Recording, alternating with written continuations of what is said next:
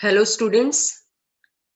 आज हम चर्चा करेंगे अमेरिका की संघात्मक व्यवस्था के व्यावहारिक कार्यकरण के विषय में कि व्यवहार में अमेरिकी संघ की क्या स्थिति है। संविधान निर्माताओं के द्वारा केंद्र और राज्य सरकारों के मध्य शक्तियों का विभाजन करते हुए जिस संघात्मक शासन व्यवस्था की स्थापना की गई, क्या वो संविधान निर्माताओं की इच्छा के अनुसार ही विकसित हुई या कोई और रूप उसका देखने को मिलता है। अमेरिकी संविधान निर्माताओं की तो इच्छा थी कि अमेरिकी संघ में राज्य सरकारें ज्यादा सशक्त हों। वो केंद्र की शक्तियों की वृद्धि के पक्षधर नहीं थे। वो नहीं चाहते थे कि केंद्र सरकार ज्यादा शक्तिशाली बने, क्योंकि केंद्र के शक्तिशाली होने से राज्यों की शक्तियां कम हो सकती थी, निरंकुशता का भय हो सकता था। इसीलिए सोच विचार कर जब उन्होंने शक्तियों का विभाजन किया तो उसके लिए गणना और अवशेष के सिद्धांत को अपनाया, जिसमें केंद्र सरकार की शक्तियों की गणना कर दी गई और अवशेष अधिकार राज्यों को सौंप दिए गए। लेकिन संविधान निर्माताओं की जो इच्छा थी, संविधान का विकास उनकी इच्छा के अनुसार नहीं हुआ। न चाहते हुए भी अमेरिका में भी संघ सरकार की, केंद्र सरकार की शक्तियों में दिनों दिन वृद्धि होती चली गई और जैसे जैसे केंद्र सरकार की शक्तियां बढ़ती गईं, वैसे वैसे जो संघ की इकाइयां यानी राज्य हैं, उनके महत्व में कमी आती गई, उनकी शक्तियों में कमी आती गई। तो केंद्र सरकार की शक्तियों में वृद्धि की इस प्रवृत्ति को संघीय केंद्रीकरण की प्रवृत्ति कहते हैं। यानी अमेरिकी संघ में केंद्रीकरण की प्रवृत्ति वैसे ही देखी जा रही है जैसी अन्य संघात्मक राज्यों में देखी जाती है आधुनिक समय में। यानी वहां भी केंद्र सरकार की शक्तियों का पलड़ा भारी होता जा रहा है, बावजूद इसके कि संविधान निर्माता ऐसा नहीं चाहते थे। प्रश्न उठता है कि ऐसी कौन सी वजहें हैं, कौन से कारण हैं जिनकी वजह से केंद्र सरकार की शक्तियों में इजाफा होता गया और राज्य सरकारों की शक्तियों में कमी आती गई। विश्लेषण करने पर बहुत सारे फैक्टर्स, बहुत सारे कारण सामने आते हैं। जैसे पहला कारण यह है कि अमेरिका जैसे देश की भौतिक, आर्थिक और सामाजिक स्थितियों में समय के साथ बहुत व्यापक परिवर्तन देखने को मिलता है। अमेरिका की खोज जब हुई थी, नया नया देश था, यूरोप के राष्ट्र आकर्षित हुए थे और वहां पर उपनिवेशों की स्थापना की गई, ब्रिटिश शासन के अधीन रहते हुए, और 13 उपनिवेशों ने मिलकर ब्रिटिश सरकार के विरुद्ध स्वतंत्रता की घोषणा की, अमेरिकी संघ का गठन किया। उस समय अमेरिका की जो अर्थव्यवस्था थी वो कृषि प्रधान अर्थव्यवस्था थी। बहुत प्रभावी राष्ट्र के रूप में अमेरिका का विश्व राजनीति में स्थान नहीं था। लेकिन आज समय के साथ साथ अमेरिका का विकास इतनी तेजी के साथ हुआ है जो कल्पना से परे है। विश्व के मामलों में भी वो उलझाव नहीं रखता था, क्योंकि उसकी जो विदेश नीति थी प्रारंभिक रूप में वो तटस्थता पर आधारित थी कि अमेरिका झगड़ा पैदा करने वाली संधियां किसी दूसरे देश के साथ नहीं करेगा, शांतिपूर्ण ढंग से व्यापारिक उद्देश्य से दूसरे राष्ट्रों के साथ संबंध स्थापित करेगा। ये तब की स्थिति थी जब अमेरिका बना था, अमेरिकी संघ का निर्माण हुआ था। लेकिन समय के साथ साथ वो आज दुनिया का सबसे विकसित औद्योगिक राष्ट्र के रूप में हमारे सामने आता है। उसकी जनसंख्या बढ़ी, क्षेत्रफल बढ़ा, क्योंकि जहां पहले केवल 13 उपनिवेश ही अमेरिकी संघ का अंग थे, वहीं आज 50 राज्य मिलकर अमेरिकी संघ का निर्माण करते हैं। तो इस तरह का परिवर्तन हुआ, जनांकीय परिवर्तन हुआ, क्षेत्रफल का परिवर्तन हुआ, औद्योगिक विकास के साथ साथ वो औद्योगिक राष्ट्र के रूप में विकसित हुआ, वैज्ञानिक और तकनीकी आविष्कार हुए। इन आविष्कारों के परिणाम स्वरूप जो समस्याएं उत्पन्न हुई, जैसे पर्यावरण की समस्या, असमान विकास की समस्या, इन सब समस्याओं के समाधान के लिए जनता के द्वारा, वहां की जनता के द्वारा मांग की गई और इस मांग को पूरा करना राज्यों के वश की बात नहीं थी।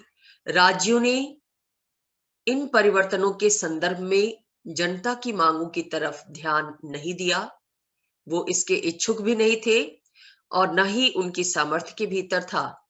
लिहाजा केंद्र सरकार ने आगे बढ़कर, राष्ट्रीय सरकार ने आगे बढ़कर इन सारी समस्याओं का समाधान किया और जनता को संतुष्ट करने का कार्य किया।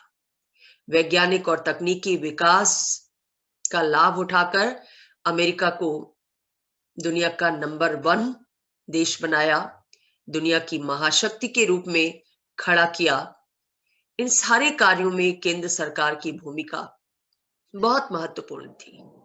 लिहाजा जब भूमिका महत्वपूर्ण हो जाती है, कार्य महत्वपूर्ण हो जाते हैं, तो उसके साथ साथ स्वाभाविक रूप से शक्तियां भी पास में आती जाती हैं। अमेरिका में केंद्र सरकार के साथ ऐसा ही हुआ। जैसे जैसे उसने अपनी दायित्व को समझते हुए भूमिका का निर्वाह किया, वैसे वैसे उसके हाथों में शक्तियां आती गईं और ये शक्तियां इतनी महत्वपूर्ण बन गईं कि अब वो राज्य सरकारों को भी निर्देशित और नियंत्रित करने लगा। तो इस वजह से भी केंद्रीकरण की प्रवृत्ति अमेरिकी संघ में बढ़ी है, केंद्र सरकार की शक्तियों में इजाफा हुआ है। इसके लिए मूलभूत रूप से सबसे बड़े कारण के रूप में देश की भौतिक, आर्थिक और सामाजिक स्थितियों में हुआ परिवर्तन उत्तरदायी है। दूसरे कारण पर अगर हम नजर डालें तो हम देखते हैं कि अमेरिका में एक समय में गृह युद्ध हुआ। ये गृह युद्ध किस बात को लेकर था? दास प्रथा की समाप्ति को लेकर था। 1861 से 1865 तक ये गृह युद्ध चला। ये दास कौन थे? अफ्रीकन देशों से आए हुए लोग थे जिनको कृषि कार्यों के संचालन के लिए अफ्रीका से दास बनाकर लाया गया था अमेरिका में, और अमेरिका में गोरे लोगों के द्वारा इनके ऊपर अत्याचार किया जाता था। इन्हें दोयम दर्जे का नागरिक समझा जाता था। इन्हें इनके अधिकार प्राप्त नहीं थे। ये मानवाधिकारों से वंचित महसूस करते थे, अमेरिका जैसे विकसित देश में भी। समय के साथ इन दासों ने गोरे लोगों के अगेंस्ट में आंदोलन शुरू किया, अपने अधिकारों की मांग की और उनके इन अधिकारों का समर्थन अब्राहम लिंकन के द्वारा किया गया, जो अमेरिकी राष्ट्रपति भी बने। तो लिंकन ने इस गृह युद्ध में दास प्रथा की समाप्ति के लिए चलाए जा रहे आंदोलन में नेतृत्वकारी भूमिका अदा की।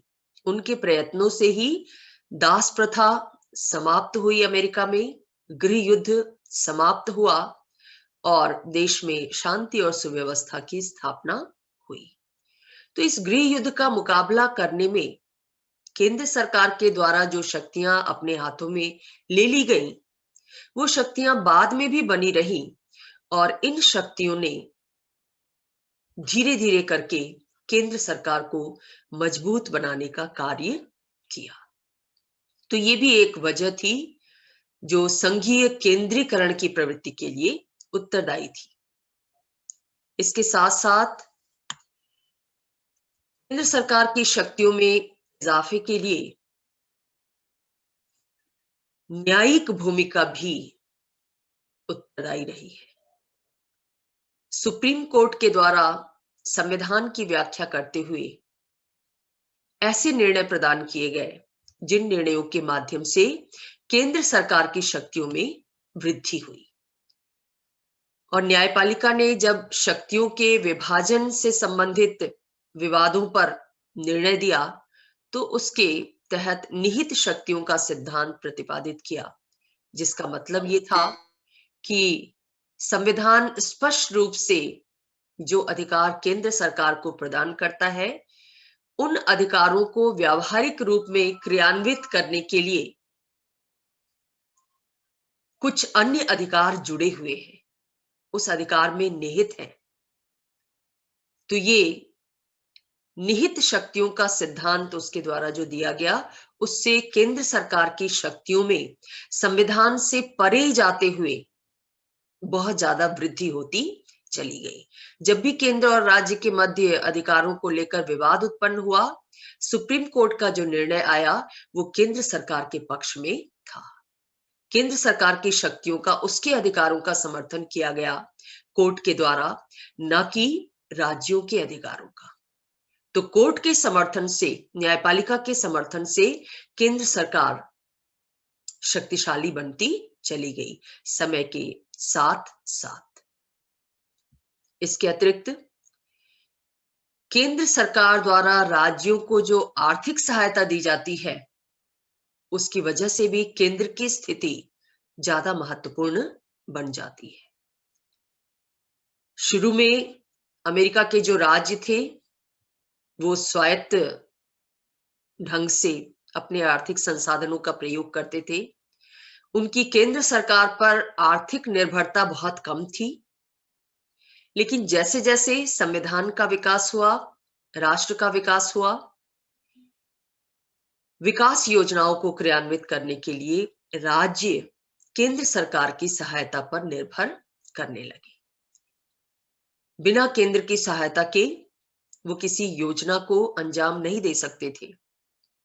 और जब केंद्र सरकार के द्वारा राज्यों को आर्थिक सहायता दी गई तो उसके साथ साथ उसके द्वारा कुछ शर्तें भी लगा दी गई, जैसे कि धन जो दिया जा रहा है वो उसी मद पर खर्च किया जाएगा जिस मद के लिए दिया जा रहा है।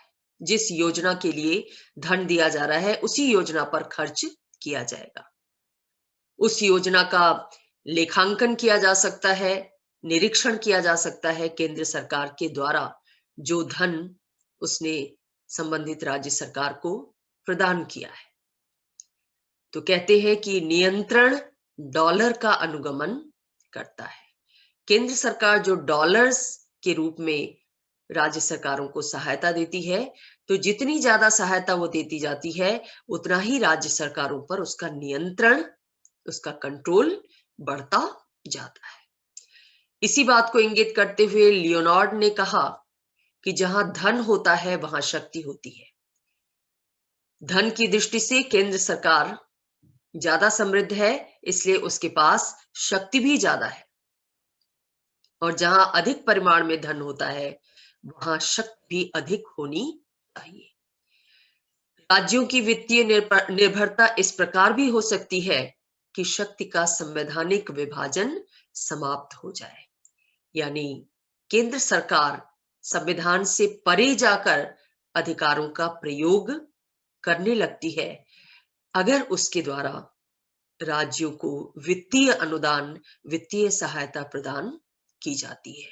और राज्य भी इसका खुलकर विरोध नहीं कर पाते क्योंकि वो जानते हैं कि केंद्र अगर वित्तीय सहायता उन्हें रोक देगा तो उनके द्वारा संचालित कोई भी योजना व्यावहारिक रूप ग्रहण नहीं कर सकेगी, क्योंकि किसी भी सरकारी योजना के लिए धन की आवश्यकता आधारभूत रूप में होती है। तो ये भी एक वजह है केंद्र सरकार की शक्तियों में वृद्धि के लिए जो उत्तरदायी है।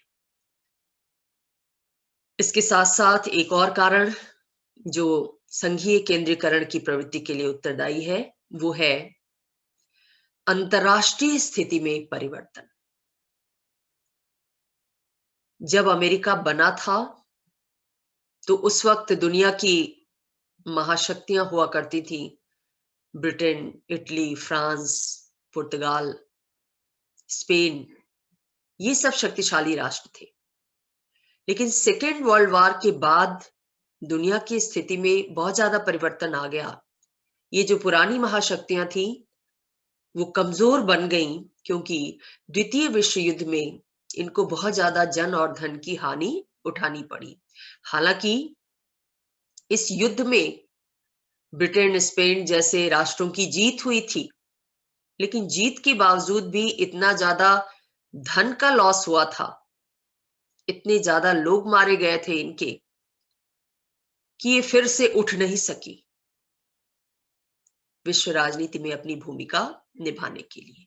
और दूसरी तरफ अमेरिका, जो आर्थिक रूप से समृद्ध था, वो एक सशक्त राष्ट्र के रूप में उभरा, क्योंकि विश्व युद्ध में उसको ज्यादा हानि नहीं उठानी पड़ी थी, क्योंकि डायरेक्टली वो इस युद्ध में शामिल नहीं हुआ था। तो विश्व का सिनेरियो चेंज हो गया सेकेंड वर्ल्ड वॉर के बाद। और सेकेंड वर्ल्ड वॉर के बाद हम देखते हैं कि पुरानी महाशक्तियों के स्थान पर दो नई महाशक्तियां उदित हुई, एक तो अमेरिका और दूसरा सोवियत संघ। इन दो महाशक्तियों के मध्य विचारधारा को लेकर जो संघर्ष चला उसको शीत युद्ध के नाम से जानते हैं।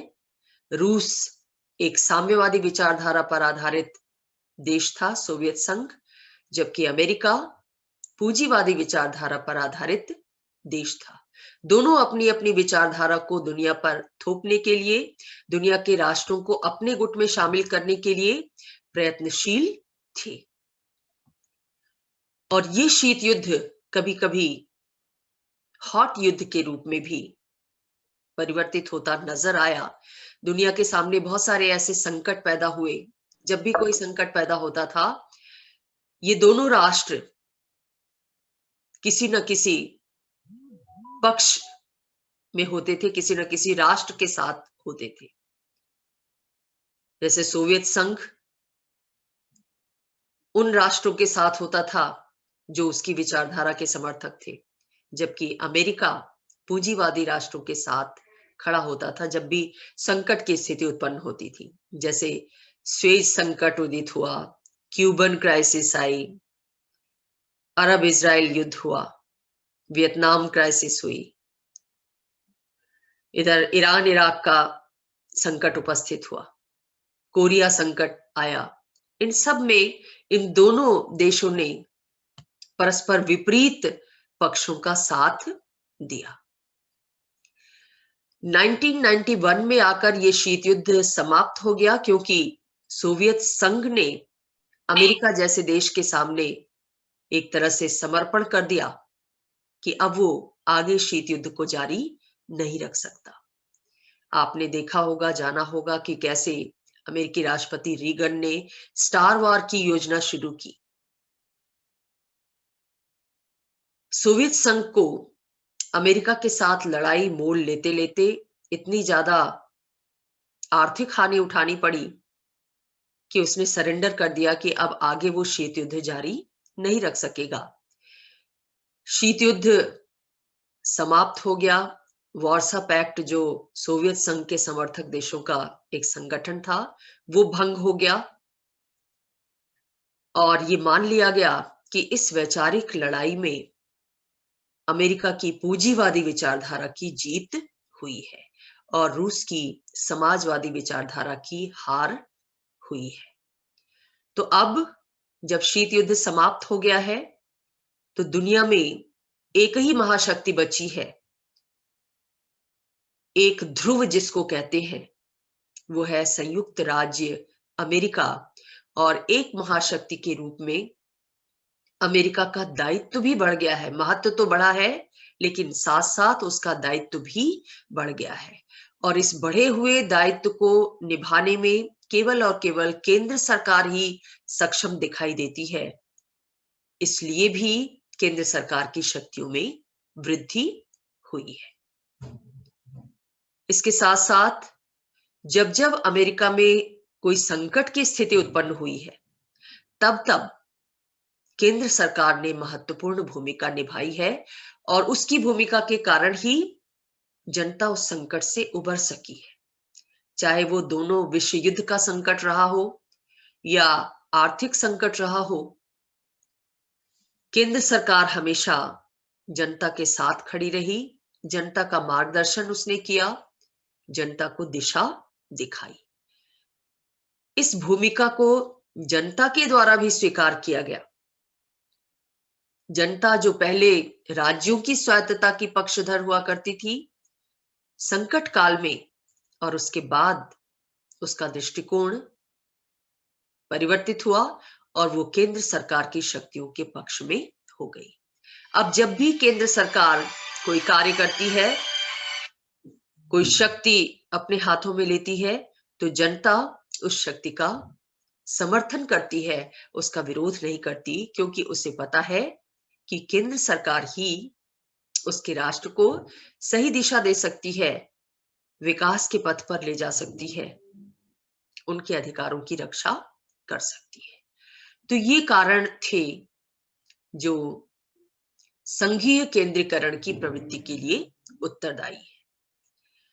अब अमेरिकी संघ में ये जो केंद्रीकरण की प्रवृत्ति देखी जा रही है, उसके कारण कई सारे आलोचकों ने ये विचार व्यक्त करना शुरू किया है कि अमेरिका की संघात्मक व्यवस्था संकट में पड़ गई है और बहुत से विचारकों ने, जैसे रोसे ड्रमंड ने तो यहां तक कह दिया कि अब अमेरिकी संघीय व्यवस्था का कोई अस्तित्व ही नहीं है, वो समाप्त हो चुकी है और उसे पुनः अस्तित्व में लाने की कोई संभावना भी नहीं है।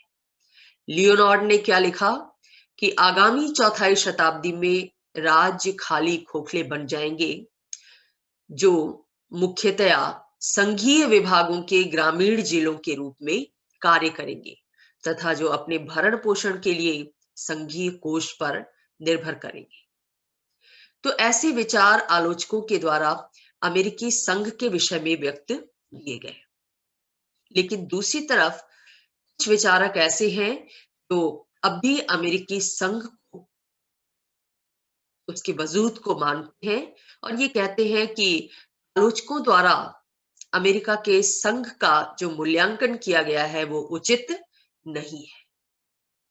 वो कहते हैं कि भले ही केंद्र सरकार की शक्तियों में वृद्धि हुई है, लेकिन उसके साथ साथ राज्यों की शक्तियों में भी वृद्धि हुई है और ये इस बात से जाहिर है कि राज्यों के खर्च में 30 गुना वृद्धि हुई है। राज्य जब विभिन्न मोर्चों पर कार्य कर रहे हैं, तभी उनके खर्च में वृद्धि हुई है।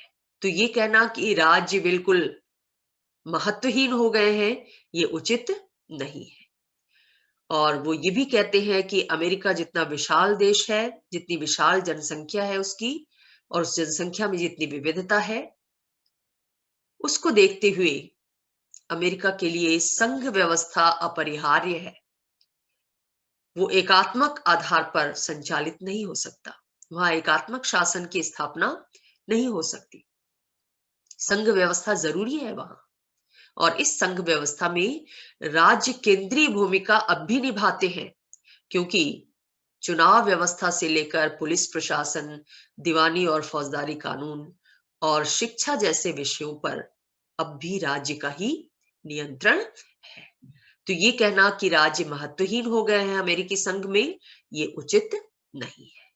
बल्कि अब जो अमेरिकी संघ है उसको सहयोगी संघ के रूप में देखा जा सकता है, जिसमें केंद्र और राज्य सरकारें दोनों परस्पर मिलकर अमेरिका को नंबर 1 पर बनाए रखने के लिए प्रयत्नशील है।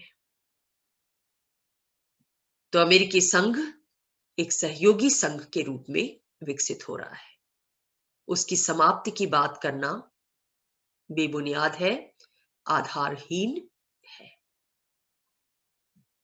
तो ये थी अमेरिका की संघात्मक व्यवस्था? क्यों ये अपनाई गई संविधान निर्माताओं के द्वारा? इसकी क्या मुख्य विशेषताएं हैं? और व्यवहारतः इसमें संघीय केंद्रीकरण की जो प्रवृत्ति देखी जाती है, उसके पीछे कौन से कारण उत्तरदायी है?